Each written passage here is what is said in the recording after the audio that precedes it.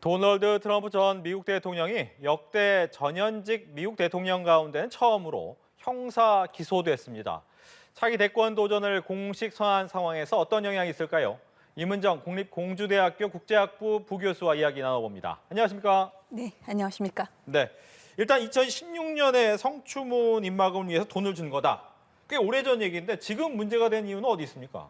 일단 뭐 법적인 그 절차 자체가 이렇게 좀 걸릴 수밖에 없었던 것 같습니다. 일단 이 사건이 이제 수면 위로 이제 드러나게 됐던 것 자체가 트럼프 대통령이 재임 기간이었던 이제 2018년인 것으로 나오는데요. 네. 근데 이제 그때 이 소위 피해자라고 할까요? 이 여성분이 제기한 의혹이라는 거는 이제 2006년에 있었던 일을 2016년 대선 때에 이렇게 입막음을 하려고 자신에게 그런 금액을 제공을 했다라고 하는 것이 이제 2018년에 밝혀진 것인데 네. 이게 이제 조금 까다로운 게 뭐냐면은 여러 가지 이제 쟁점들이 있을 수가 있겠습니다. 일단은 첫째로는 트럼프 대통령의 당시 이제 개인 변호사였던 그 마이클 코엔이라고 하는 사람이 돈을 건넸다는 것인데 그러면 이 부분을 어느 정도 이제 트럼프 대통령이 정말 그 가담을 해서 이걸 뒤에서 조종을 한 것인지 이런 부분들을 밝혀내야 될 앞으로도 그럴 필요가 있을 것이고 거기에 정말 또 트럼프 대통령의 어떤 의사라고 하는 것이 어떤 물적 증거로서 또 나와줘야 되고 이런 부분들이 있을 것 아니겠습니까? 그러니까 네. 이런 것들이 이렇게 기소를 하기까지 지난 이제 뉴욕 검찰이 거의 5년 가까이 지금 이 사건을 들여다보고 본 결과로서 오늘 이런 이제 어제죠. 이제 이런 결과가 나온 것으로 보이는데요. 아무래도 하여튼간에 이런 좀 여러 가지 그 증거들을 수집하고 또 이제 영어로 표현하자면 probable cause 이게 어떤 근거가 될 만한 이유가 있어야 기소를 한다라고 돼 있기 때문에 네. 그런 것들 수집하는 그런 시간이 걸렸던 것으로 보입니다. 예. 네. 보통 이제 잘못한 사람은 법의 처벌을 받는 게 맞죠. 하지만 대통령, 특히 이제 전현직 대통령을 향해서 미국에서 기소한 경우가 없었지 않습니까? 이번에 기소를 또 어떻게 봐야 되는지 트럼프 대통령은 또 이거 탄압이다 이렇게 얘기를 할 수밖에 없고 어떻게 보십니까?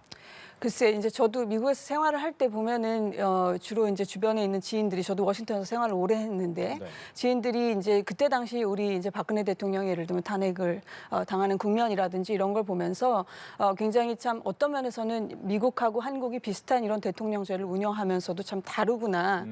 우리는 주로 그렇게 아무래도 하지 않는다. 어떤 나라의 뭐라 그럴까요? 이런 모습, 보여지는 모습, 어떤 존엄성 이런 부분들을 생각했을 때 대통령까지 한 사람에 대해서는 좀 그런 부분들은 조심하게 접근한다라고 하는 얘기들을 저도 많이 들었었는데 네. 실제로 뭐 탄핵 소추가 사실 있었던 거는 있었죠. 트럼프 대통령 자신도 있었고 뭐 클린턴 대통령도 있었고 혹은 아니면 뭐 닉슨 대통령 같은 경우는 뭐 워터게이트 사건으로 본인이 이제 내려놨었고요. 네. 이제 뭐 이런 사건들이 있었습니다만 트럼프 대통령 자신이 글쎄 대통령이 되기 전부터 워낙에 다양한 송사에 본인이 송사를 제기하기도 하고 또 송사의 그 당사자가 또 됐던 경험이 워낙에 많았던 사람이라서 네. 글쎄 이것을 글쎄 어떤 단순하게 그런 정치적 탄압이다 이런 구도로만 보기에는 트럼프라고 하는 인물의 어떤 복잡성이 있는 부분이 있지 않나 이렇게 보고 있습니다. 네. 뭐 법이 약간 비슷하면서 다른데 미국의 형사 기소는 또 어떻게 진행되는지 절차를 좀 설명을 해주시죠. 네, 이게 아주 복잡하더군요. 네. 지금 이제 이렇게 기소가 되고 그러면 이제 체포가 될 것인지, 그다음 체포가 되면은 그 다음에 이제 입건이 될 것이고요. 그다음에 입건이 되면 이제 고발장이 또 접수가 되고, 그 다음에 이제 그럼 첫 출두를 하느냐라는 프로세스가 있을 것이고, 그다음에 예비 신문이라는 절차가 있고 그렇게 되면 이제 공소장이 정식으로 이제 접수가 되고 또 기소 인부 절차라든지 뭐 재판 전 또 이런 신청하는 부분이라든지들을 거친 다음에야 재판이 이루어진다라고 하니까요.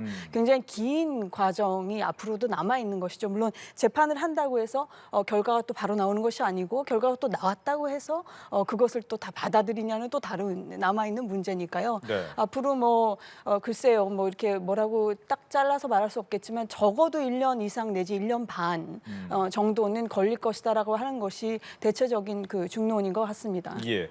그렇다면 이제 다음 주 중에는 스스로 법원에 트럼프 전 대통령이 출석할 것이다라고 예상을 하는데 보통 형사 기소되면 머그샷이라고 해서 이제 사진 찍는 거 있잖아요. 이제 그 사진을 과연 찍을 것이냐, 아니면 수갑도 차느냐 이런 것도 궁금해하더라고요. 글쎄 이제 저는 뭐 법조인은 아닙니다만 네. 수갑을 차거나 어떤 결박을 하거나 이런 그 신체의 그 행동을 좀 제약하는 그런 조치를 취하는 것은 제가 알고 있기로는 좀 상당히 중범죄자, 예를 들면 뭐 살인을 했다든지 그래서 본인의 또 신체를 이렇게 가해하거나 할 수도 있을 정도의 어떤 위험성이 있는 인물들일 때 그렇게 하지 않겠나 싶고요. 네. 이런 지금 대통령까지 지낸 사람이고 너무 이 사건이라고 하는 것이 다 이게 지금 국제적으로 다 알려진 사안이기 때문에 네. 그런 모습까지 과연 보일 것인지에 대해서는 저는 조금 의구심이 있습니다. 게다가 지금 마침 트럼프 대통령은 마치 그런 모습을 연출하고 싶은 것 같은 네. 그런 멘트마저 하고 있다 보니까 글쎄 굳이 그런 정도의 어떤 극적인 장면을 굳이 연출해야 될 이유는 뉴욕 검찰 입장에서 없는 게 아니겠나 저는 글쎄 그렇게 보고 있는데 네. 한번 지켜보셔야 될 것 같습니다. 잠깐 이야기를 하셨지만 트럼프 전 대통령 본인은 그런 극적 상황을 원하는 것 같다. 왜 원할까요? 글쎄 말입니다. 이 뭐 트럼프 대통령을 우리가 다 경험을 해봤지만 뭐라고 표현을 할까요? 워낙 이제 그 TV에도 오랫동안 그 출연도 많이 했었고 여러 가지 프로그램에 여러 가지 이런 대중의 심리도 잘 어떻게 보면 파악을 하고 그것을 나쁘게 보면 이용하는 부분도 있을 건데요.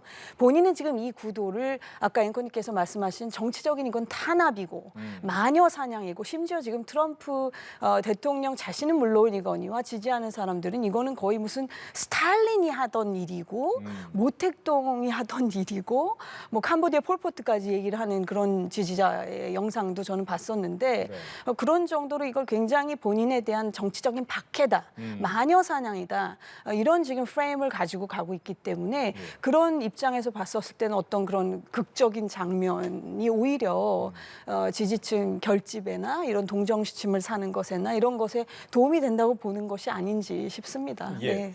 근데 이런 것이 도움이 되려면 결국 선거에 나갈 수 있어야 되는데 이미 뭐 선거에는 나가겠다라고는 하지만 이런 법적인 절차가 계속되면 과연 그것이 가능한가 어떻습니까? 뭐 말 그대로 사법 리스크죠. 이거야말로 네. 사법 리스크인 것이 이 사건만 지금 있는 것이 또 아니지 않습니까? 이제 트럼프 대통령과 관련돼 있는 법적 공방이라고 하는 것이 뭐 예를 들면 이제 조지아주에서 있었던 개표에 어떤 좀 압력을 가했다라는 의혹, 그렇죠. 뭐 내지는 뭐 이렇게 기밀 문서를 좀 반출했다는 의혹이라든지 집에서 발견됐고요. 맞습니다.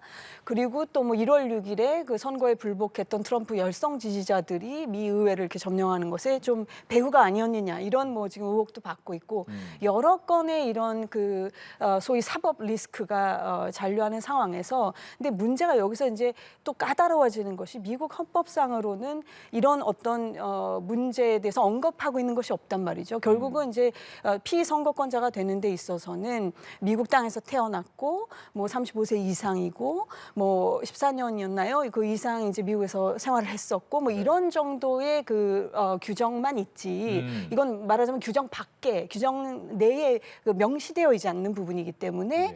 가능하다라고 볼 수 있는 것이겠죠. 아하. 본인 입장에서는. 예. 네. 알겠습니다. 뭐 이렇게 여러 가지 리스크는 커지지만 법상으로는 또 선거에 나올 수 있는 그런 조건은 또 갖출 수도 있다라고 볼 수가 있는데 문제는 이런 기소 때문에 결과적으로 지지자들의 항의시가 굉장히 많잖아요. 과거 의회 난입 같은 일이 또 한 번 일어나는 거 아니냐 이런 얘기도 나오던데 어떻습니까 분위기는? 글쎄 그걸 많이들 걱정하는 것 같습니다. 지금 뉴욕도 그렇고 워싱턴도 그렇고 여러 이제 주요 건물들도 그런 경비 태세를 높인다든지 그런 부분들을 걱정하는 것 같고 글쎄 이 트럼프 대통령 워낙 성향 자체도 그렇지만 트럼프 대통령을 또 지지하는 그런 분들의 성향이라고 하는 것도 조금 극렬한 부분이 있다 보니까 그것이 너무 과도하게 흘러가지 않도록 참 돼야 될 텐데요. 예. 뭐 글쎄 중도층이라고 할까요? 이제 무당파라고 할까요?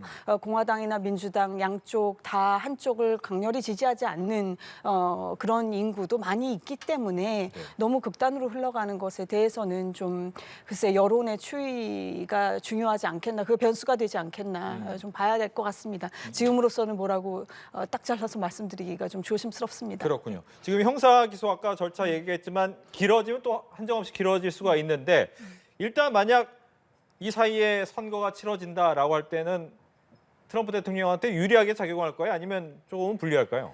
그것도 지금 이 시점에서는 아직 시간이 너무 많이 남아 있습니다. 물론 짧다면 짧겠습니다만은 내년 1년 지금 한 반 이상이 남아 있는 상황인데 네. 지금 예를 들면서 니키 헬리 그 유엔 대사를 했었었죠. 이런 이제 분이 또 소위 출사표를 던졌는데 이 니키 헬리 같은 분은 또 트럼프가 굉장히 가깝고 나름대로 지지를 했던 사람으로서 이런 분이 지금 출사표를 던졌다는 것은 공화당 안에서도 트럼프의 소위 장악력이라고 하는 것이 굉장히 많이 떨어진 게 아니냐. 뭐 이런 지금 예를 들면 분석이 나오기도 하고 네. 또 뭐 폼페이오라든지 뭐 펜스라든지 트럼프 그 내각에서 활동했던 이제 주요 인사들이 뭐 출판 기념회를 한다든지 하면서 이제 이런 또 정치적인 행보를 가져가고 있고요. 네. 뭐 이렇기 때문에 아직은 뭐 여러 그 공화당에서는 오히려 민주당은 지금 깔끔하게 바이든 대통령으로 굳어지는 양상이지만 공화당은 아직도 조금 상황을 계속 봐야 할 것 같은 그런 모습입니다. 네. 앞서 몇 명의 후보자들, 공화당 내 후보자들 얘기를 해주셨지만 실제로는 플로리다 주지사가 굉장히 또 많이 인기 있더라고요. 이분 같은 경우에 오히려 반사이익이 크다 이런 얘기도 있던데 어떨까요? 그렇습니다. 뭐 이 디텐시스 플로리다 주지사는 뭐 여러 가지로 지금 인기를 모으고 있는데 글쎄 이게 좀 여론조사들의 그 결과들도 여러 가지 여론조사들 이렇게 보면은 어떤 한 가지 방향을 지금 나타내고 있지는 아직은 전혀 않은 것 같습니다. 이 주지사에 대해서도 물론 이 트럼프나 바이든이나 두 분 다 굉장히 호불호가 극명하게 갈리고 예를 들면 둘이서 이제 그 대통령 선거를 또 치른다고 했었을 때는 거의 박빙으로 오차범위 내에서 그런데 뭐 어떤 여론조사에 의하면 바이든이 약간은 더 높게 나타나는 지금 이런 양상인데 이 주지사와 바이든 같은 경우는 또 이것도 굉장히 각축전이고 근데 재밌는 것은 공화당 지지자 내에서 또 봤었을 땐 트럼프 쪽이 높게 나타나고 이래서 결국은 이제 당내에서의 그 지지 세력을 어떻게 규합을 하고 경선에서 결국 최종적으로 누가 이겨서 대통령 선거에 나갈 수가 있겠느냐 공화당 안에서 그것까지는 아직도 너무나 그 긴 시간과 많은 그 변수들이 있을 것이기 때문에 이 주지사의 행보도 좀 지켜봐야 될 것 같습니다. 예. 네. 말씀을 해주셨지만 이제 호불호가 명확하게 민주당과 공화당으로 나뉘는 상황이 된다면 어쩌면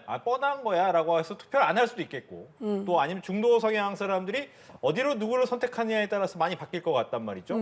과거에 이제 트럼프 전 대통령 같은 경우에는 백인의 약간은 못 사는 사람들이 블루칼라들이 많이 지지를 해서 당선이 됐는데 이런 일이 또 생길 수 있습니까? 글쎄 이것도 글쎄 계속 좀 상황을 봐야 되겠지만 미국 선거가 어려운 것이 미국 대통령 선거가 어려운 것이 우리가 이제 지난 여러 번의 미국 선거들 대통령 선거를 보면서 알게 된 것이지만은 우리 대통령 선거와는 다르게 주마다 이제 선거인단이 있고 그 주를 이기면 이제 그 선거인단 표는 다 가져가는 소위 말하는 위너 테이크스 올 그 시스템이지 않습니까? 그런 점에서 이제 이런 플로리다 같은 지역이 굉장히 사실 중요한 건데 뭐 아까 조지아 얘기도 그래서 나온 것이지만은 뭐 어찌됐든 간에 예를 들면 힐러리 클린턴 같은 경우도 있고 절대표에서 우리나라 시스템이었었으면 이겼었을 사람이 결국은 이게 연방제라는 것 때문에 그 선거인단 수에서 밀리다 보니까 안 되고 이제 이런 상황들이 역사적으로 있었던 것이라서 이번 선거 같은 경우도 결국은 그렇게 되면은 공화당 쪽이 어떤 아주 중요한 스테이트를 또 이기느냐라고 하는 문제가 또 남은 것이고 근데 그런다고 할 때에는 정말 공화당이 아까 말씀하신 그런 중도층까지도 아우를 수 있는 어떤 리즈너블한 합리적인 그런 후보를 내놓을 수가 있겠느냐라고 하는 것도 과제인 거겠죠. 네. 알겠습니다. 이렇게 해서 트럼프 전 대통령의 기소 사안에 대해서 이문정 국립공주대학교 국제학부 부교수와 얘기 나눠봤습니다. 오늘 얘기 잘 들었습니다. 감사합니다.